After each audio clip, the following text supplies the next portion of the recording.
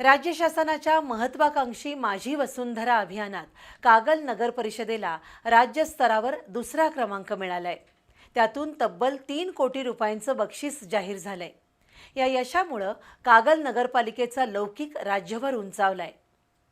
पर्यावरण संवर्धन, स्वच्छता, हरित उपक्रम, जलसंधारण, प्लास्टिक मुक्त मोहीम, कचरा व्यवस्थापन आणि जनजागृती या निकषांवर राज्यभरातील नगरपालिकांचं मूल्यमापन करण्यात आलं। त्यामध्ये कागल नगर परिषदेनं दुसरा क्रमांक पटकावलाय।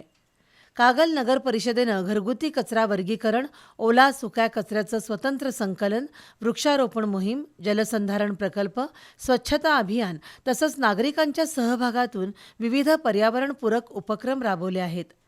शाळा, स्वयंसेवी संस्था आणि स्थानिक नागरिकांच्या सक्रिय सहभागामुळे या उपक्रमांना व्यापक प्रतिसाद मिळाला। 3 कोटी रुपयांच्या बक्षिसातून कागल शहरातील पर्यावरणपूरक प्रकल्पांना गती मिळणार असून हरित क्षेत्र वाढ, कचरा प्रक्रिया प्रकल्प आणि स्वच्छता सुविधांचा अधिक विकास केला जाईल।